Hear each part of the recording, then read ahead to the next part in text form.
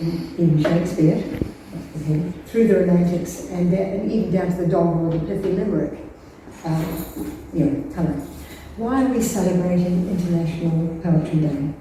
To very loosely paraphrase a poet I knew of in my school days, poetry captures in succinct form what is often written as a biography, play or novel. And why celebrate at an ABC Friends meeting? Well, the ABC, since its inception in 1932, has reserved special time slots to broadcast poetry, either as part of a play, or to recognise the poets of the day, or to be part of Australia's childhood in programs such as the Argonauts. Broadcasters spoke flatly British accents reading Shakespeare and Percy Bysshe Shelley in those days, and then their stilted tones with Australian poets such as Henry Lawson, Banjo Paterson, Kenneth Slessor and Judith Wright. Programs like Quality Street aired for almost 30 years, followed by, or concurrent with, several others, including The Poet's Tongue, which also aired for almost 30 years. In the late 90s, a competition on the ABC for the best Aussie poem conferred the honour on 5 Bells by Kenneth Slessor. No surprise in that, is there? Which edged out Dorothea McKell's My Country. Does anybody remember the first verse of My Country? I don't remember country, no, 5 Bells. No. A love of field and coppice. Love of field and coppice, of green and shaded lands, that's right. Okay. Of ordered woods and valleys is running in your veins, correct. Catches people out with it. You always think it's another Sunday. That's verse 2. That was a catch question I was taught when I came to live in Australia. Anyway, moving on from My Country, but returning to my school days, I grew up in New Zealand, Polyborg, but I grew up in New Zealand, and one of the poets all New Zealand school students studied, certainly throughout my high school days, was a searingly acerbic poet by the name of A.R.D. Fairbairn. If the Fairbairn name is familiar to you, then you're quite perspicacious. Would you credit that his eldest daughter, Corinne Fairbairn Bass, is amongst us? Well, yes, you would, because you've all read the comprehensive document that was prepared, that's been prepared by Janine. But did you know that Corinne, being the talented person that she is, presented plays and stories for children on the ABC when she first came to Australia? Both Corinne's parents were truly artistic, and Corinne has inherited their patent painterly talents as well and developed them herself. In a moment, she will endeavour to give you a potted version of being her famous father's daughter, and then I'll then share one of his expressive and evocative poems. Corinne's father lived a sadly, can you hear me all right? Corinne's father lived a sadly short but incredibly productive poetic life in the first half of the 20th century. For over 3 decades, he teased, chided and heckled the Kiwi public with his witty commentary on topics as diverse as economics, politics. Could politics be improved? Well, I've always thought so. Education, and the long-suffering underfunded arts, of course. He defended humane liberal values against humbug and cant. A true Renaissance man, an editor, a social commentator, broadcaster, way ahead of his time on issues such as apartheid. ARD's network, we called him that at school, he was always ARD. We didn't know he was Rex, but we knew he was ARD, yes. ARD's network of friends encompassed the gamut of the New Zealand literary world, as well as the radical to the point of anarchic thinkers and small L liberal politicians. People such as Dennis Glover, R.A.K. Mason, and later Sir Dovemeyer Robinson, longtime Mayor of Auckland, and my former boss. ARD's wit was legendary, and I quote from his time in broadcasting, and here I ask you all to think of 2DL. Wellington bureaucrats were so tight they wouldn't allow 1ZB to spend a quid on a landline to broadcast a second coming with the original cast. Very ARD.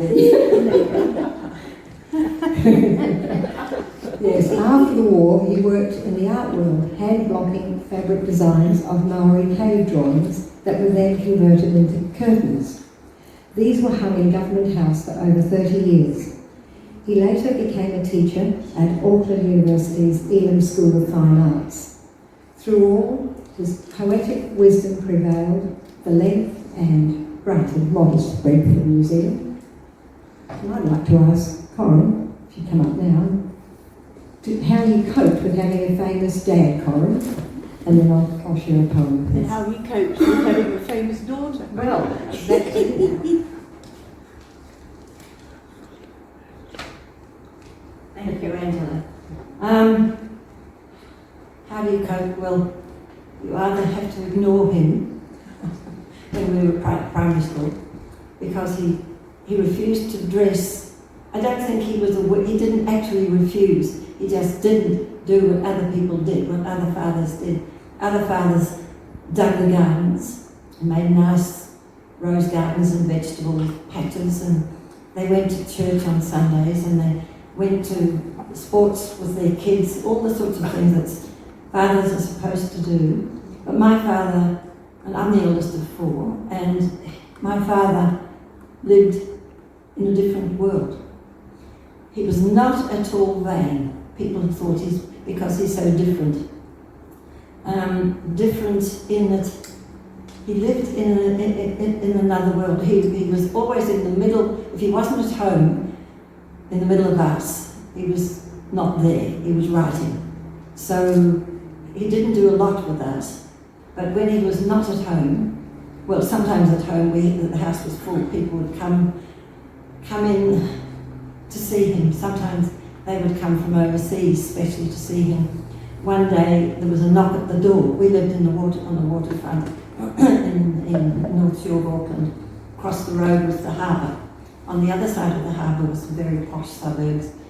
And one day there was a knock at the door, and one of us went, and there was a man standing there dripping in a bathing suit, and he said he just swum across the harbour because he was an American called Merrill Moore, who was a very, very well-known American poet, and he'd always wanted to meet my father. So he'd swum across the harbour, come up the steps, knocked at the door, and met my father. But my father also was a champion swimmer. The only thing he didn't do well at was mathematics. In the final school exam, he got about 9%, which was, he didn't care. Didn't stop him doing the things that he wanted to do. He was there for us, but not there, in another world.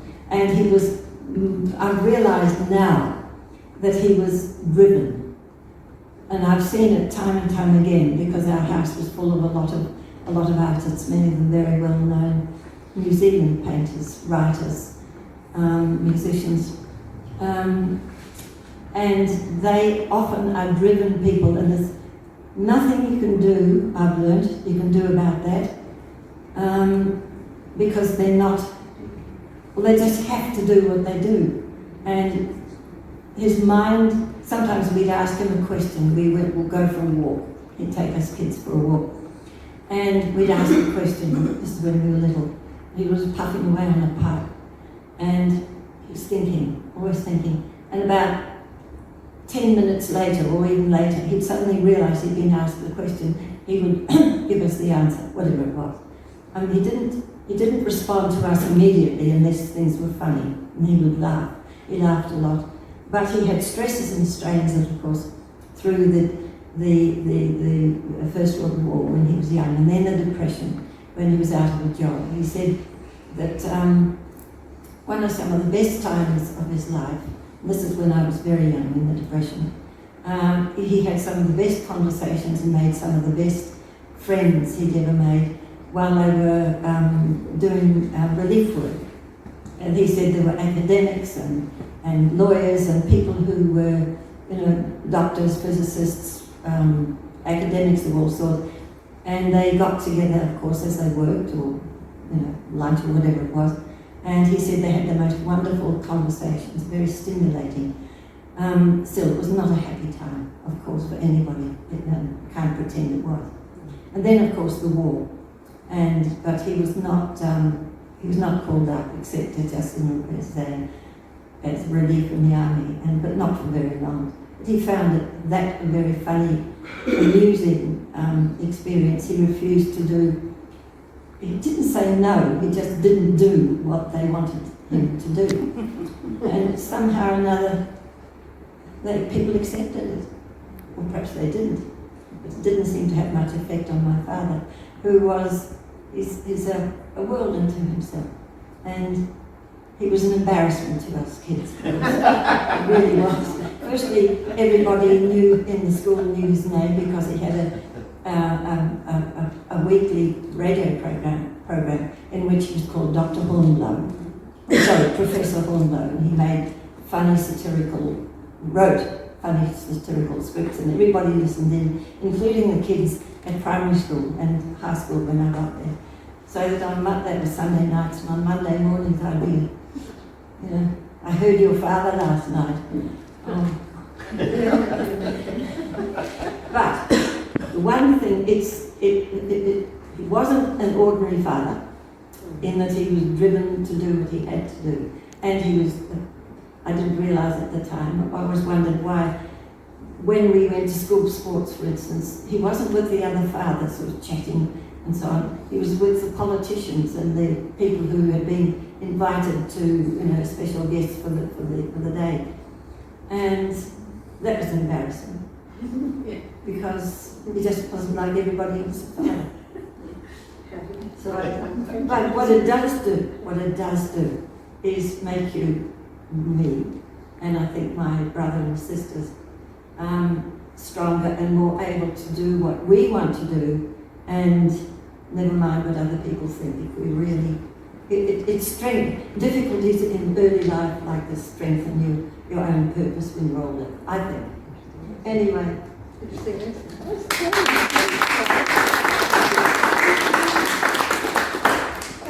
used to be the child of a famous poet in New Zealand. Wow.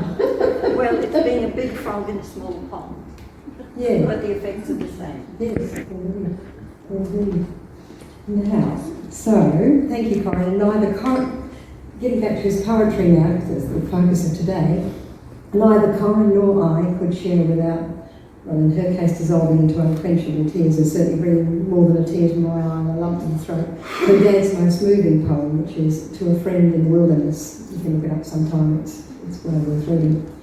So we agreed on this one, which will evoke a very obvious period of the 20th century, so I'm going to share that with you now. When he wrote this poem, called Walking on My Feet, he used no punctuation. There's one capital letter in it, and that's the name of his friend Charlie, so it's a capital C for Charlie, and all its verses or stanzas are, everything's in lowercase, no punctuation. Walking on My Feet by A.R.D. Fairbairn. Hitched up my bundle, went down the street. Long way to go, walking on my feet. Went past Charlie's, didn't turn in. Broke to the wide, had a good spin. Toting my gunny, hit the south road. Long way to go, got a heavy load. Tired already, walking on my feet. Dust in my mouth, and damn his head. Bloke just passed, had a spare seat. Left me behind, walking on my feet. All my life, always on the go, keep on doing the old heel and toe. Put one in front, then put the other. Same old way I learnt from my mother. Blister on the heel, don't know when I'll eat. Same old business, walking on my feet. I know where I'm going, walking on my feet. Reckon when I get there, I'll be dead beat. Won't get a woman, won't find gold. Pockets will be empty. Bed'll be cold. Never will be worried, never want a snack. Don't worry, lady, I won't be back. I know where I'm going, where I'll lie down. Nice quiet place, long way from town. Long way to go, I'll sleep all alone. Fingers round the earth, earth round the bone. Living rent free on Easy Street. Never any more, go walking on my feet.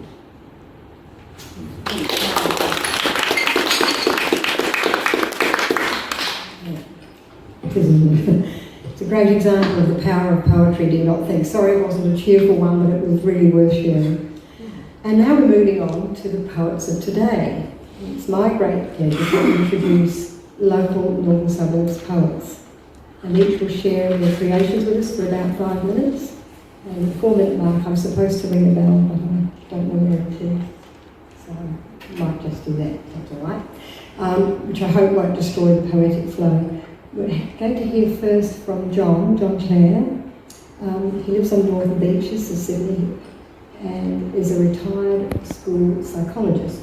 As you may realise, like the rest of us, he's passionate about the ABC, and his poems about the national broadcaster, as he puts it, virtually write themselves.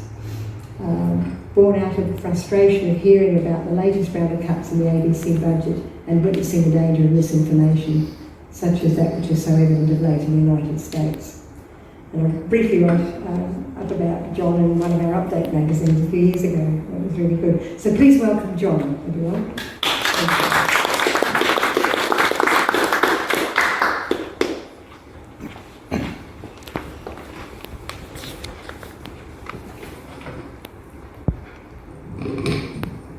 Thank you, everyone.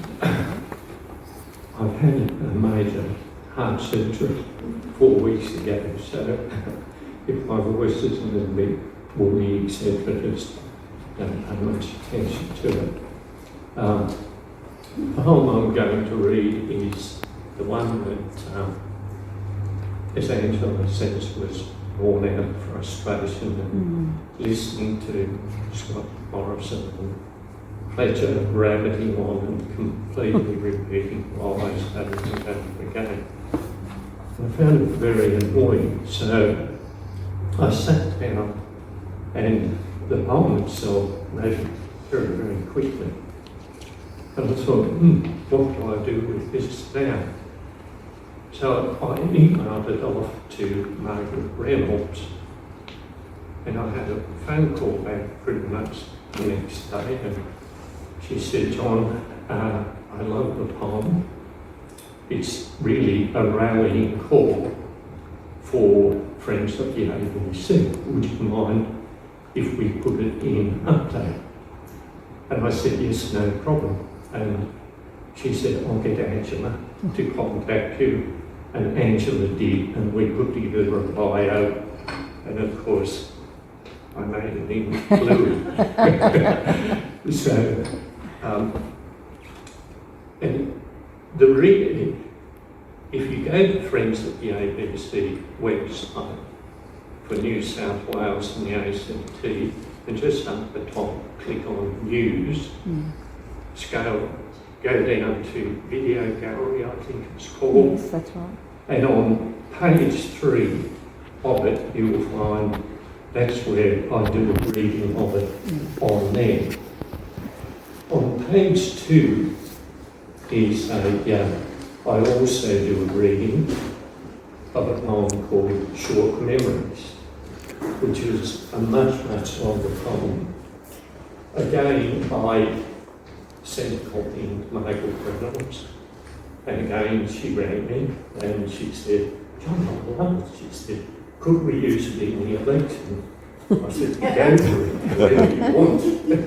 So, if you're scaling down on page 2, you'll find Short Memories. And I might just read about 3 or 4 of the verses, just to give you a flavour of that. And I'll leave a copy here with Angela, and if anybody wants to read it, it's there, or you can listen to it, listen to me reading it on the video gallery. So, the poem I'm going to read now,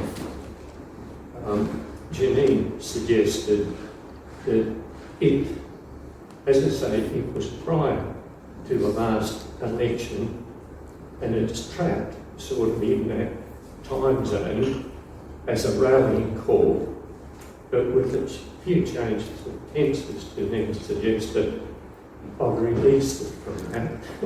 So it could be a rallying call going forward. So I might read that for you now if my voice holds up. Okay. Our ABC is there for us. It filters through our lives. And when our enemies gather round, we need to ensure that it survives. It helped us get through COVID, bushfires and floods were a test, but with flying colours, Auntie Leeds, the facts there to attest. It's ethical, trustworthy and accountable, unlike some other press. False news, lies and spin, you can be sure it will address. It's the lifeblood of our democracy and protects our way of life. Our journalists must feel free to report without threats and fear and strife. But why attack a trusted friend, you well may ask indeed, if not to try and silence her, so a different message you can see. When Fletcher and Morrison made their cuts, then told us black was white, their smugness and their lies did steel us for a fight.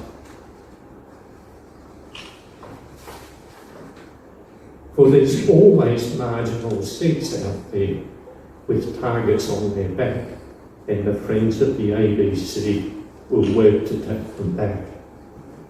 And facts are facts, that's what they are. Without them we are lost. They must be guarded carefully, the US showed cost. Now friends of the ABC will always stand their ground to see off any political attack, and for our voices we will sound. For politicians come and go, and some you just see out, but the ABC is here to stay. Of that there is no doubt. Thank you.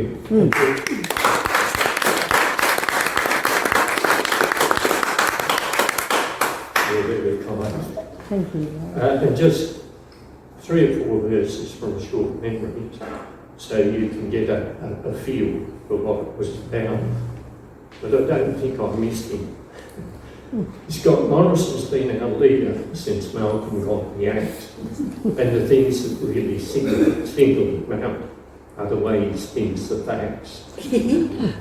He's secretive, manipulative, controlling every step and move is planned. And when Macron called him out, a private text was sent to him. It's win at any cost, this is the way he plays the game. He's ruthless to the core, always seeks to shift the blame. He's been known to tell a porky, maybe more than one it's true. But if this is pointed out to him, he'll change the facts for you.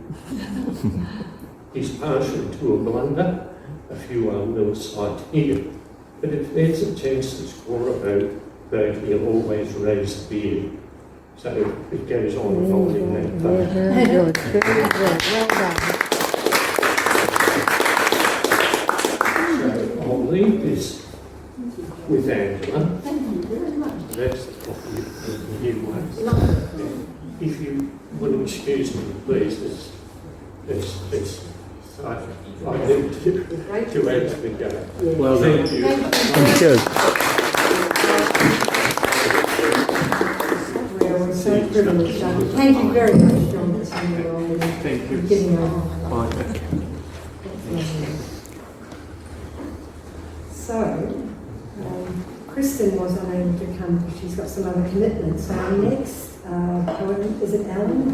You're going to be next, aren't you? Fantastic. So what I've got here, I've got an introduction for you. So I'm sorry, I wasn't on the right page. Alan performs with Northern Can you put Beaches. your speaker Big pardon. closer to your mouth, please? Thank you. I stand approved. Alan performs with the Northern Beaches ensemble of musicians called Loosely Woven, whose fundraising concerts at Hunt Hall in the Langley Heights have raised nearly $3,000 for ABC Friends, New South Wales and ACT. Is that, Janine, is that for NSOS or for the New South Wales? New South Wales. New South Wales, well done. I'm told Alan's fence at his Northern Beaches home is covered with poetry. That sounds novel. So please join me in welcoming Alan to the podium.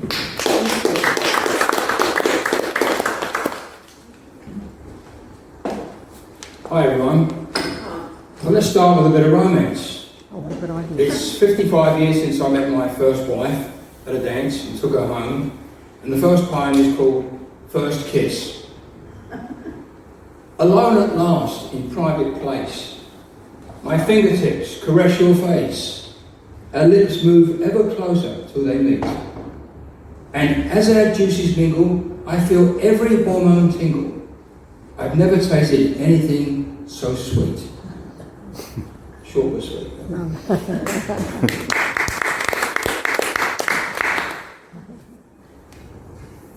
This one's for the ladies. Bit of a comedy, this one. A woman's life. A woman's life ain't easy. Much tougher than a man's. You disagree, then maybe you're a fool. A woman can't come home from work, sit down and watch TV, or go play with the kiddies in the pool. She has to do the shopping and cook the dinner too. The housework tends to drive her around the bend. The kitchen floor needs mopping. She has to clean the loo. No wonder she has a headache at the end. So when your day is over and off you go to bed, your hands on tender parts begin to creep. You act so disappointed when she says, "Not tonight," rolls over, takes a pill and goes to sleep. You feel you're so hard done by. You've slaved all day at work, entitled to relax and have some fun. But just remember, mister, your fair share don't you shirk. A woman's job is never ever done.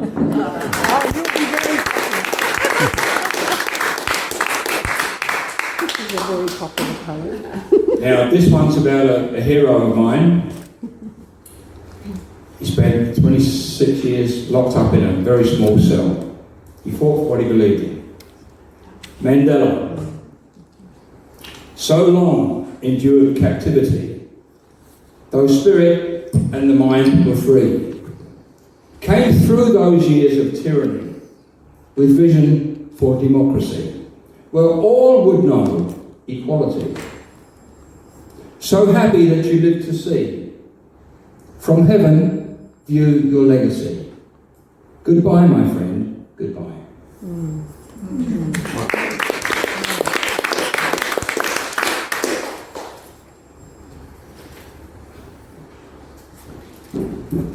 Lost it.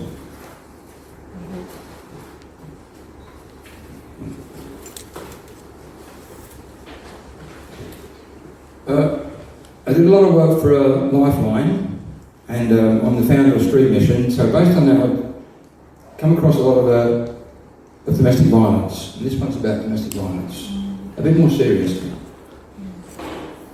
Those early days, it's called abuse. Those early days when love first called, his words so kind, his kiss so sweet. The universe was ours alone. His presence made my life complete.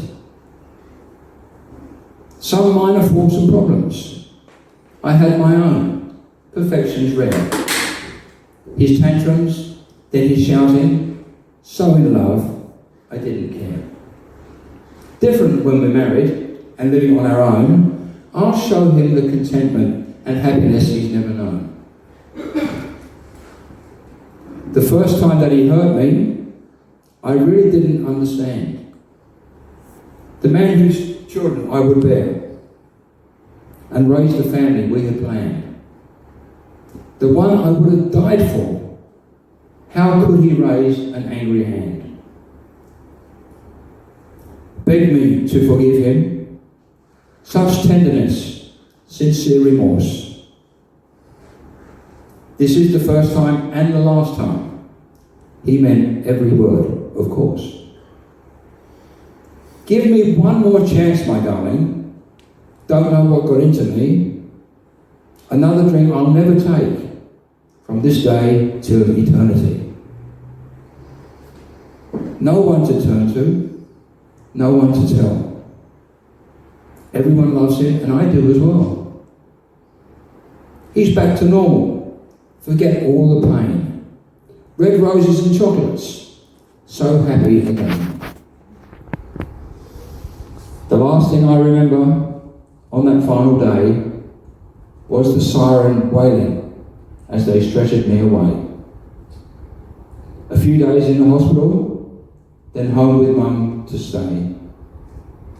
AVO and charges laid, and for his soul I'll pray.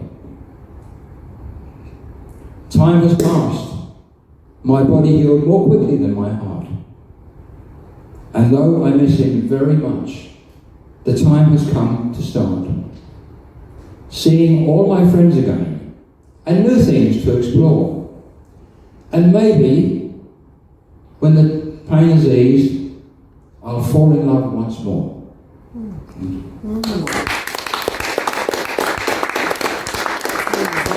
One more, Janine. Up to you. I wasn't looking at the clock. I was engrossed. Where are Cowie? Yeah, please.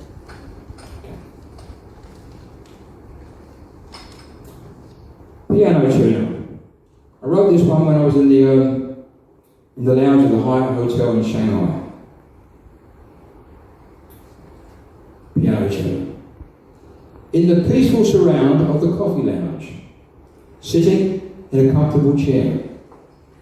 I'm due at the bookshop at 1:30, so there's more than an hour to spare. At the end of the lounge, there's a bookshelf where many red books on mahogany stand, framed pictures of horses strategically placed, and a gem-studded dagger from some distant land.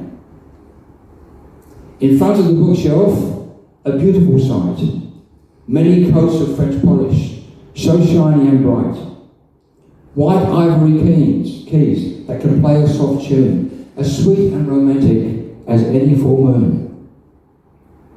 And there stands the tuner, with spanner in hand, carefully nursing piano so grand, meticulous as she checks voltage and sound, adjusting a string if perfection is not found. How deeply she concentrates, checking each chord. I watch for an hour and never feel bored, starting at low note and works towards high, enlisting experience, mind, ear and eye. Nothing distracts her. She's deeply engrossed. Each string must be perfect. She tries her utmost. I watch her cool face, almost feel what she's thinking. No time for talking, eating or drinking. Maestro will come soon, with his hands so steady. Lounge will be full, so all must be ready. His ear will pick up the most minute defects that all those who listen might never detect. And after each melody, he'll take a pause. At the end, he will bow and accept the applause. And as they shout, "Encore!" and see Maestro smile, let us just think of the tuner a while. She's very important, but the audience won't see. Who will sing her praise? Perhaps none but me. Thank you.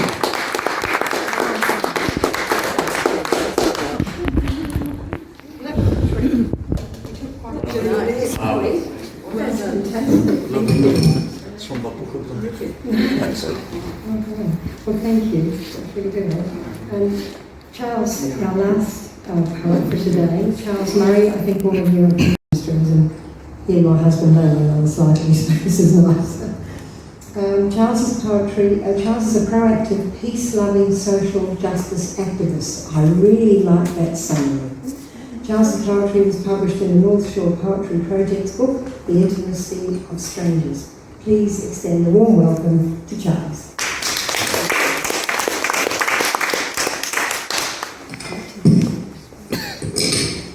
Yours is a very hard act to follow.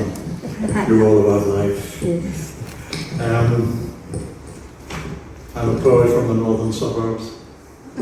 Operate out of the Willoughby Hotel, the Lawson Room. It's all legitimate poetry. So here we go. Don't you just love poems? Their power, their jive, the swing and the zing that sing you're alive when you're so full of love and hope for tomorrow. when your joy is exuberant, and miles from the sorrow of yesterday's sadness, the breakup, the parting, don't you just love poems? Their healing, the smarting of old hurts and brokenness, the shy and outspokenness, the bathos, the pathos, the searing estrangements, the trysts and the promises. Don't you just love poems? The secret arrangements, the breath of the breathless, the far and the close, the shy and the dumbstruck, the noisy, verbose. Don't you just love poems? The soul song of essence, the telltale tumescence, the pulse and its heartbeat, the measure of passion, overflowing the brim or tormented by ration. Don't you just love poems? The milk white of youth, the soft and the gentle, the demands of the brute, the obsessive, the mental. Don't you just love poems? Oh, send me a poem, let the heart speak your mind. Captivate, rapture me. Don't leave me behind. Don't leave me behind. Oh, don't leave me behind. Don't you just love poems? Don't you just love them? Don't you?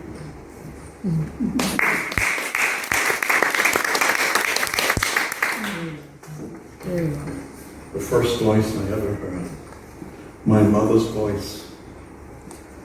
I heard a voice from down the past of years that spoke to me of righteous men and kings, that never let me once forget my place, nor the hope to then aspire to greater things.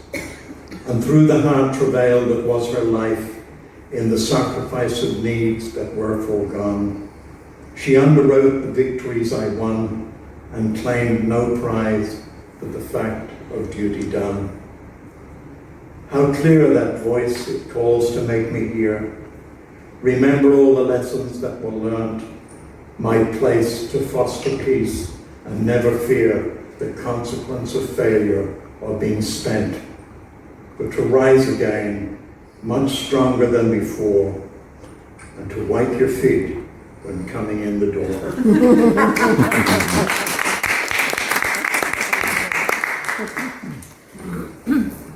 And this is a question many of us ask today. To whatever God is out there, to whatever out there is, the creator of conundrums and the master of the quiz, for the crises which befall us, man's inhumanity to man, your will, they say, is in it all. There's nothing you can't can. To you who'll always be and was, who has been here for all of time, who is everywhere but can't be seen, who is the rhythm and the rhyme of all the constellations far, the tidal urging of the moon, the moment in the ocean, the midnight and the noon, who is everywhere but out of reach, who beckons, follow me, to lead where we must venture in that vast eternity, where space is silent on its own, whose sound flows out in waves, measured now in billion light years as the black hole dancing raves. We seek the reason, the because of life, its truth, its ever, the genesis and end of time, the reality of never. And in your amazing master plan, why so much mystery? And whatever were you thinking when you created me?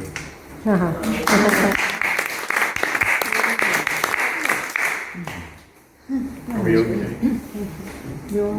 That's lovely. One more. One more? We got time for Yeah. one more? Yes, I think we should. The words are lovely.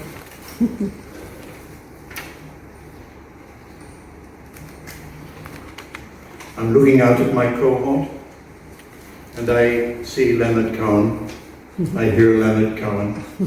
So, remembering Leonard Cohen, we'll say a prayer for love tonight, remembering his poems, and laud the crack which allows the light to enter and soften our rooms.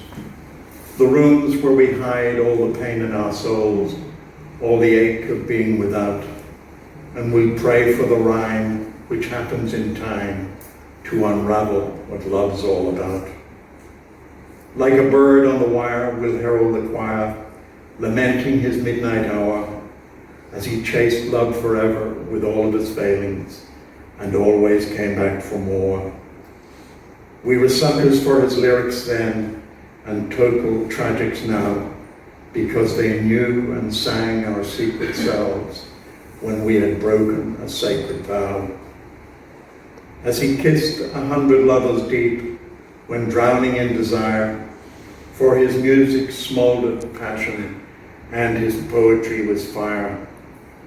I know you're on a slow burn, babe, and hanging out for love, and I'll be here to share our needing until your insistent, gentle shove that tells me to be on my way to make tracks for the coast, where I'll be thinking, you're my number one, and how I love you most.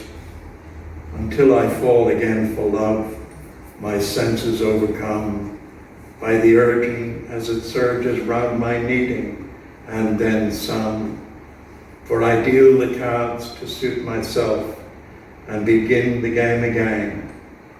I know you're on a slow burn, babe, and still hanging out for love. No need to ask, I know your pleasure. You won't ever need to shove, and we'll make another prayer tonight for love. Can I just bless you with one last poem? Yes, Please. One last poem. Because I've been asked by Janine. Balm. Here's to balm and calm and marmalade jam, warm toast of an autumn morning, the commonweal of all things real, rashers and beef corning. To the early news and the talk-back views, the pedants and the fawning, to the reality of the spin we see, and truth in the new day dawning. Here's to long goodbyes and the lovelorn sighs of hearts so full of yearning. Here's to that special grace of saving faith in loneliness and learning.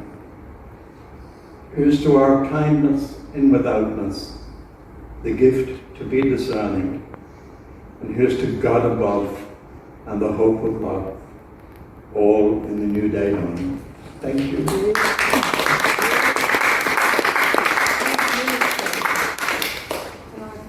I think we've had a wonderful treat today, haven't we?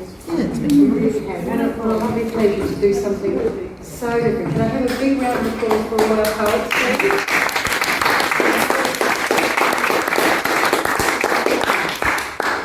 It's a shame Jonathan was staying here at the end of that because we really enjoyed all of it. And so different, so different. Janine says we might have a little bit of time if people would like to ask questions about